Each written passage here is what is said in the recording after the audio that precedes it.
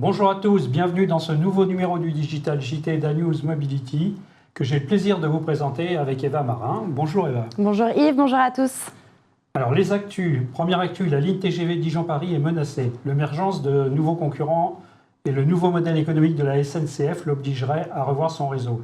Après la suspension de la ligne TGV Dijon-Lille il y a quelques années, une autre liaison ferroviaire est menacée, la ligne TGV Dijon-Paris, qui se retrouve sur la sellette, et pour un bourguignon comme moi, c'est inacceptable.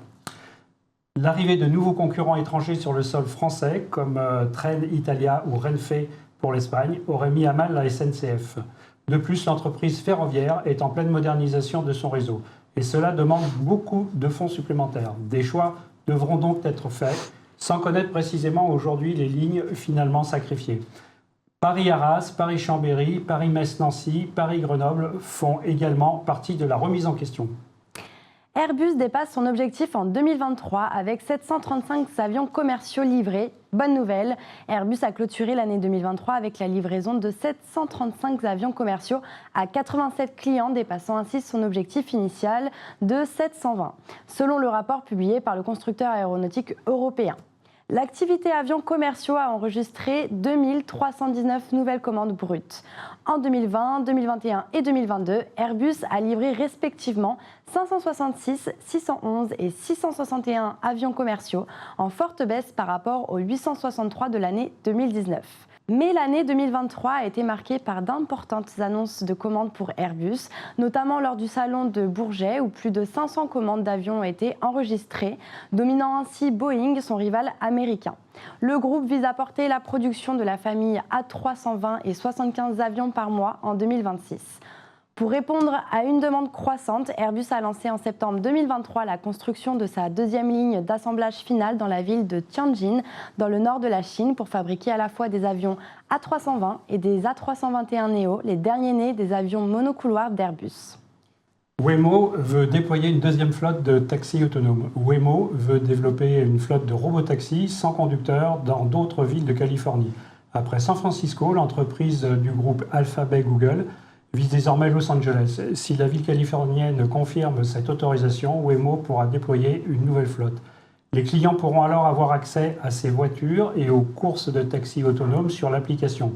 Actuellement, Waymo a un permis l'autorisant d'exploiter 250 robotaxis électriques à San Francisco. L'entreprise a révélé qu'elle en utilise généralement un maximum de 100 voitures en simultané. Électricité, les prix de gros retrouvent leur niveau de 2021. Après les fortes hausses observées en 2021, puis en 2022 dans le sillage de la guerre en Ukraine, les prix de gros de l'électricité ont chuté ces 12 derniers mois en Europe. La Commission de régulation de l'énergie, CRE, a ainsi proposé une diminution des tarifs réglementés de vente de l'électricité, une première depuis 4 ans. Mais la baisse des prix sur les marchés ne se reflètera pas malheureusement et illogiquement sur la facture des consommateurs. Le gouvernement français a en effet annoncé une hausse de près de 10% des prix de l'électricité à partir du 1er février 2024, en lien notamment avec la suppression du bouclier tarifaire qui avait abaissé les taxes sur l'énergie au plus fort de la crise. Pourtant, le système des taxes flottantes nous paraît être un bon principe, obligeant par ailleurs l'État à faire des économies. Alors Eva, maintenant quelques brèves autour des voitures électriques. Tout à fait, l'Apple Car autonome, véritable serpent de mer. La voiture autonome d'Apple, le fameux projet Titan, est un véritable serpent de mer qui apparaît, disparaît et réapparaît régulièrement sans que nous en sachions, à chaque fois, beaucoup plus.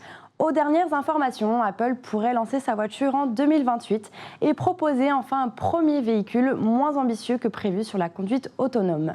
Aux dernières rumeurs, la voiture à la pomme était programmée pour arriver en 2026, après 10 bonnes années de développement. L'objectif de 2028 consiste désormais à réduire la jauge, mettre enfin au point un prototype et s'aligner sur ce que proposent déjà les constructeurs en pointe sur le sujet, avec une conduite autonome de niveau ramené à 2 sur une échelle de 5.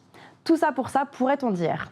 En fait, Apple et l'automobile, c'est plutôt Apple CarPlay dont la dernière mouture est encore plus performante et prend, quoi qu'en disent les constructeurs, de plus en plus le pas sur leur propre système.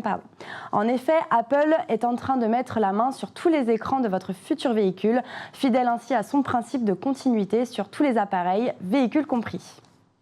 Alors chez Tesla, maintenant, la petite Tesla devrait arriver courant 2025, mais ce n'est plus si sûr que ça. Chez Tesla, Elon Musk a livré des informations sur la voiture nouvelle génération qui devrait baisser le prix du ticket d'entrée dans la marque. Le CEO, moins optimiste que par le passé, a évoqué un début de production prévu pour fin 2025 si tout va bien, en soulignant au passage que de nombreux éléments pouvaient venir retarder ce planning. Le plus gros frein devrait être le tout nouveau processus de fabrication que Tesla veut mettre en œuvre sur cette nouvelle voiture, justement pour réduire les coûts de production. C'est aussi pour cette raison que Tesla a prévu de lancer la production de la voiture dans son usine du Texas et non pas au Mexique ou encore en Chine, comme ce sera le cas au bout du compte. Si la production débute fin 2025, cela veut probablement dire qu'il ne faut rien attendre avant 2026, au mieux en Europe.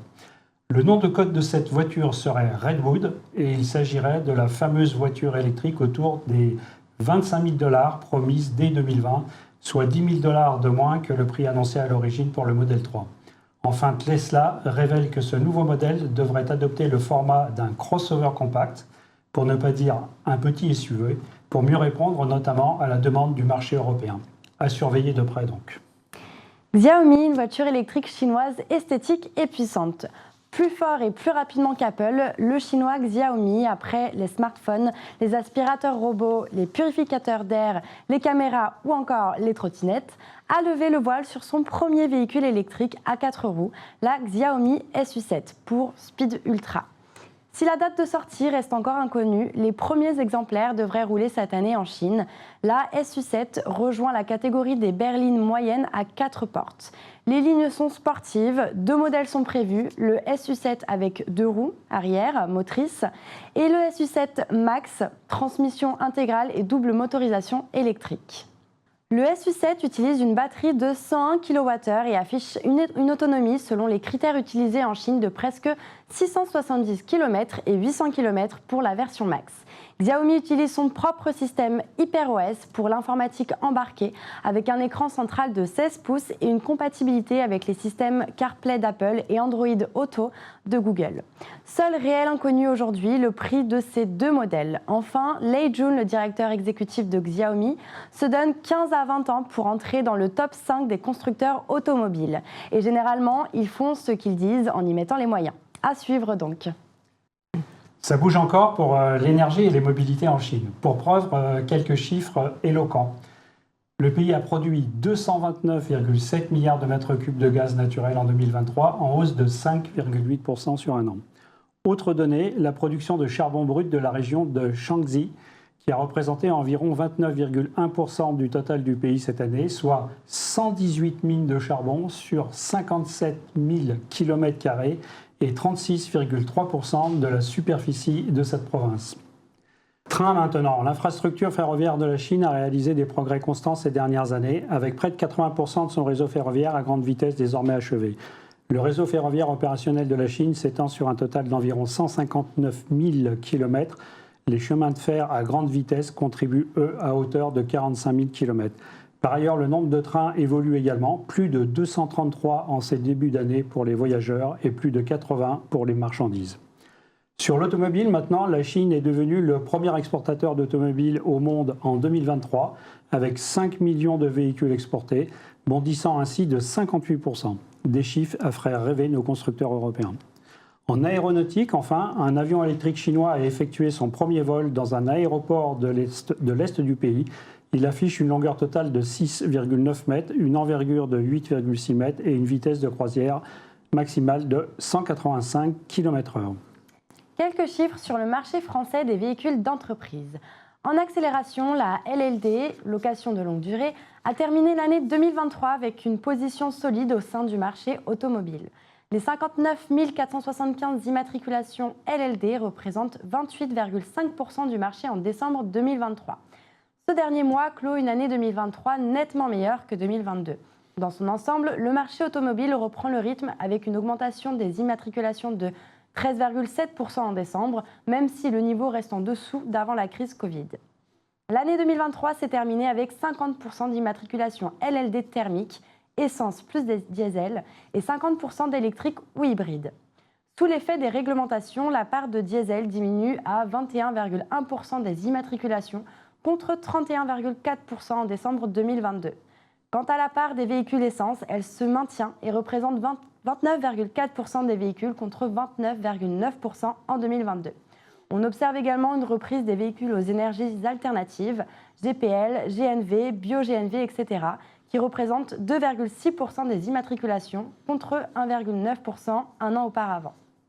Eh bien, merci Eva. Merci Yves. Merci à tous pour votre fidélité. Si vous voulez en savoir plus sur les actualités et les données sur les mobilités, rendez-vous régulièrement sur notre site iNews Mobility, dans nos différentes rubriques. Et surtout, n'oubliez pas de vous abonner à nos newsletters. Le lien s'affiche ici en bas de votre écran.